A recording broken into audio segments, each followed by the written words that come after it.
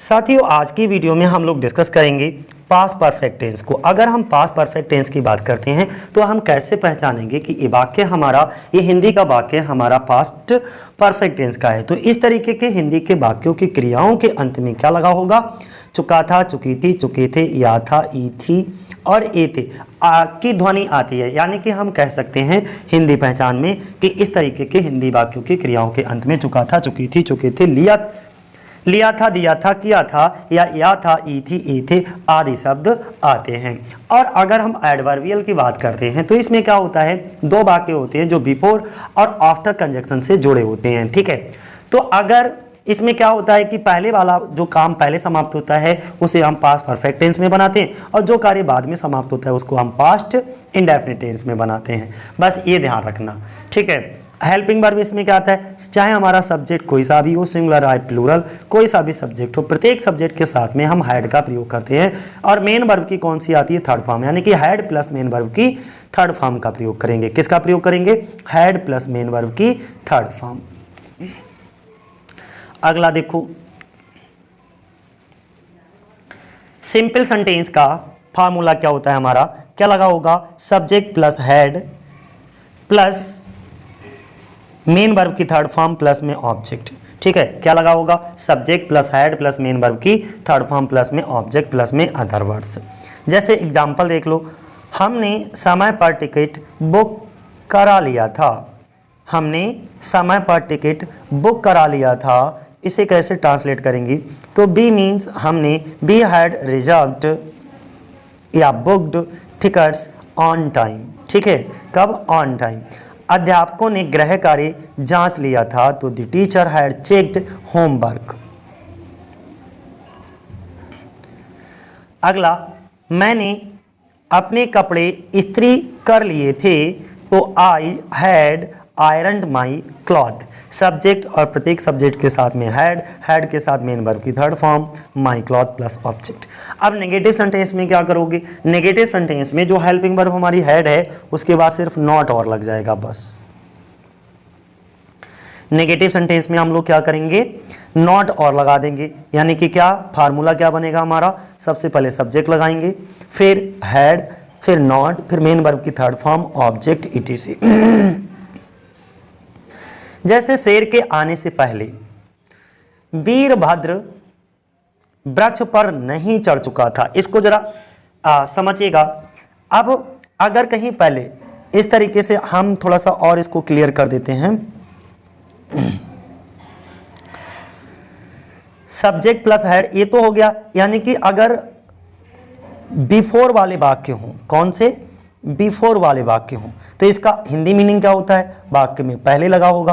और अगर पहले लगा हो तो हम क्या करेंगे कि इनमें दो कार्य होते हुए पाए जाएंगे, तो जो कार्य पहले हो उसको पहले ही हैड प्लस वर्ब की थर्ड फॉर्म में बना लेंगे। ठीक है, और जो कार्य बाद में हो उसको पास्ट इंडेफिनिट टेंस में यानी कि वर्ब की सेकेंड फॉर्म लगा करके बनाएंगे। ठीक है, हम इसी में फार्मूला लिख देते हैं, ऑब्जेक्ट प्लस बिफोर कंजक्शन लगाना प्लस में फिर से पास्ट इंडेफिनिट में वाक्य बना दो बाद वाला, यानी कि सब्जेक्ट प्लस वर्ब की सेकेंड फॉर्म प्लस ऑब्जेक्ट। ठीक, ये चीज हो जाएगी। देखो, शेर के आने से पहले वीरभद्र वृक्ष पर नहीं चढ़ चुका था। अच्छा एक बात बताओ, शेर पहले आया या वीरभद्र वृक्ष पर पहले चढ़े? तो यहाँ पर भैया शेर अभी आया नहीं है, इससे पहले ही वीरभद्र जो है वो वृक्ष पर चढ़ चुके हैं, तो कार्य ये पहले समाप्त हो रहा है। तो इसको हम पास्ट परफेक्ट टेंस में बनाएंगे और इस वाले वाक्य को हम पास्ट इंडेफिनिट टेंस में बनाएंगे। वैसे भी अगर नहीं पहचान पाओ तो सिंपल हमारा ट्रिक याद रखना। क्या याद रखना है? ट्रिक। यानी कि जो कार्य, अब बाकी को हमेशा अगर बिफोर और आफ्टर वाला आ जाए तो हम क्या करेंगे कि बाकी को इधर बाद वाला वाक्य पहले बनाएंगे। ठीक है, इसको पहले बनाएंगे। और जब पहले लगा हो तो हैड प्लस वर्ब की थर्ड फॉर्म पहले लगा लो। देखो, यानी कि ये वाला वाक्य हमारा पास्ट परफेक्ट में बनेगा, इसको बाद में बनाएंगे नंबर 2 पर। कंजक्शन वर्ड बिफोर लग गया, नंबर 2 पर इसको बनाएंगे हम पास्ट इंडेफिनिट पे, यानी कि सब्जेक्ट प्लस वर्ब की सेकेंड फॉर्म। इतना क्लियर हो गया? ठीक है, Veerbhadra had not climbed on tree before the lion come. तो ये पहले वाला वाक्य काय में बना, पास्ट परफेक्ट टेंस में, और बाद वाला काय में बना, पास्ट इंडेफिनिट में। अब देखो यहाँ से हमारी वर्ब फिल कराते हैं, तो सबसे अच्छी पहचान है अगर बिफोर लगा है और इधर वर्ब की सेकेंड फॉर्म अगर दे रखी हो तो समझ लो इधर आपको जो प्रयोग करना है वो हैड प्लस वर्ब की थर्ड फॉर्म का प्रयोग करना है। और अगर आफ्टर लगा होता, ठीक है, बस इतना ही ध्यान रखना, चाहे बिफोर या आफ्टर हो, एक तरफ क्या आएगी वर्ब की सेकेंड फॉर्म। अगर वर्ब की सेकेंड फॉर्म इधर है तो इधर हैड प्लस वर्ब की थर्ड फॉर्म आ जाएगी। ठीक है, आगे हम लोग डिस्कस करेंगे आफ्टर वाले में। फिलहाल इसको देखो, प्रधानमंत्री ने पर्यावरण पर भाषण नहीं दिया था, तो the prime minister had not given lecture on environment. किसने? प्राइम मिनिस्टर ने। प्रत्येक सब्जेक्ट के साथ, चाहे वो सिंगुलर हो या प्लूरल हो, प्रत्येक सब्जेक्ट के साथ हम हैड प्लस वर्ब की थर्ड फॉर्म का प्रयोग करते हैं। और नेगेटिव है तो हैड के बाद नॉट, यानी कि हेल्पिंग वर्ब और मेन वर्ब के बीच में क्या आ जाएगा, हमारा नॉट आ जाएगा। ठीक है, लेक्चर ऑन एनवायरनमेंट। अगला देखो क्या है हमारा थर्ड, समझिए, वीरप्पा मोइली पेट्रोलियम मंत्री नहीं चुने गए थे। तो सबसे पहले सब्जेक्ट रख लो वीरप्पा मोइली, या गया था, ई गई थी, ए गए थे, है ना, तो ये हैड प्लस वर्ब की third form, had not selected petroleum minister. Interrogative में क्या होगा, पहले इंट्रोगेटिव की कहानी सुन लो। इंट्रोगेटिव हमारा इंट्रोगेटिव टाइप फर्स्ट और इंट्रोगेटिव टाइप सेकंड, ये दो तरीके के इंट्रोगेटिव हमारे होते हैं। टाइप फर्स्ट जो इंट्रोगेटिव होता है उसका जो हिंदी वाक्य होता है वो क्या शब्द से शुरू होगा और क्वेश्चन मार्क पर खत्म होगा। अगर कोई भी हिंदी का वाक्य क्या शब्द से शुरू हो और क्वेश्चन मार्क पर खत्म हो तो हम क्या शब्द की अंग्रेजी नहीं लगाते, बल्कि सब्जेक्ट से पहले क्या रख लेते हैं, हैड।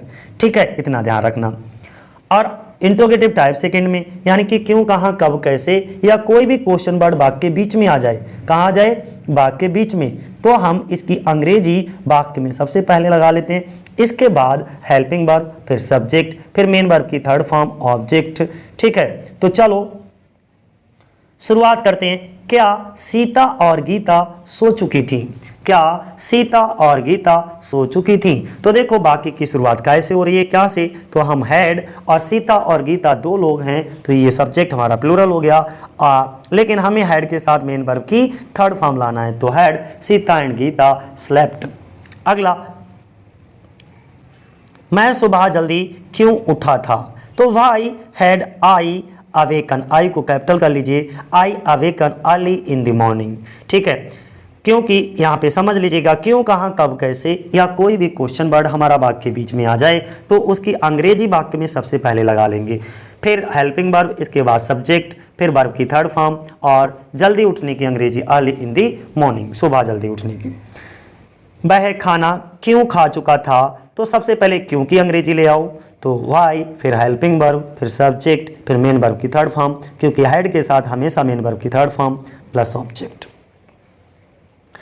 अगर हम इंट्रोगेटिव सेंटेंस की बात करें तो पहले भी मैं बता चुका हूं, कोई इंट्रोगेटिव नेगेटिव अगर आ जाए तो आप क्या करोगे, हैड, यानी कि वही बाकी जो पूरा है ना, पूरा स्ट्रक्चर पहले जैसा ही रहेगा, सिर्फ ऐड क्या होगा, सब्जेक्ट के बाद नॉट ऐड होगा, सब्जेक्ट के बाद किसका प्रयोग होगा, नॉट का नेगेटिव में। ठीक है, बाकी सब कुछ वैसे ही रहेगा, यानी कि helping verb, subject, not, main verb की third form object. Question word had, subject और हेड के साथ, फिर नॉट, हेड के साथ मेन वर्ब की थर्ड फॉर्म ऑब्जेक्ट। एग्जाम्पल देख लो इसके भी। क्या वह सब्जी नहीं काट चुकी थी?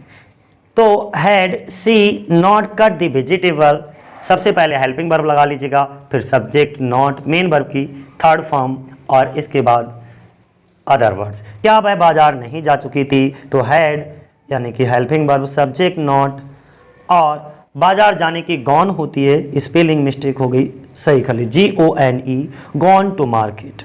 अगला नेक्स्ट हम लोग डिस्कस करेंगे थर्ड, वह अपना कार्य क्यों नहीं कर चुका था? तो why had he not done his work.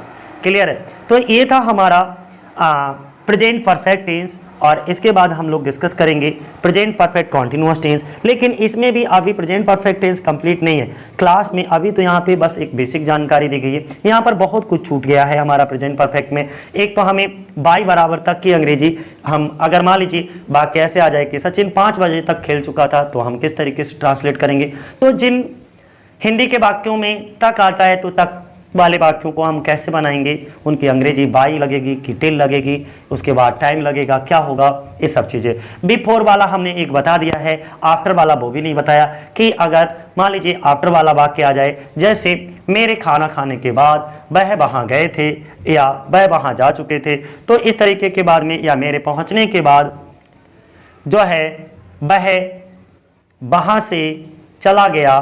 तो इस तरह बहुत सारे वाक्य हैं, कितने भी आ जाएं आफ्टर वाले, तो उनको कैसे बनाएंगे। इसके बाद जब तो तब वाले वाक्यों को डिस्कस करना है कि जब मैं वहां पहुंचा तो तुम वहां नहीं थे।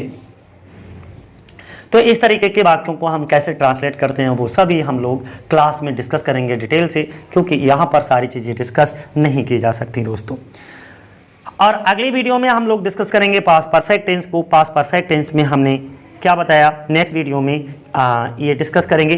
बहुत ही प्यारा सा है और इसके बारे में डिटेल से चर्चा भी रहेगी। तो चलो आज के लिए इतना ही साथियों, जय हिंद जय भारत।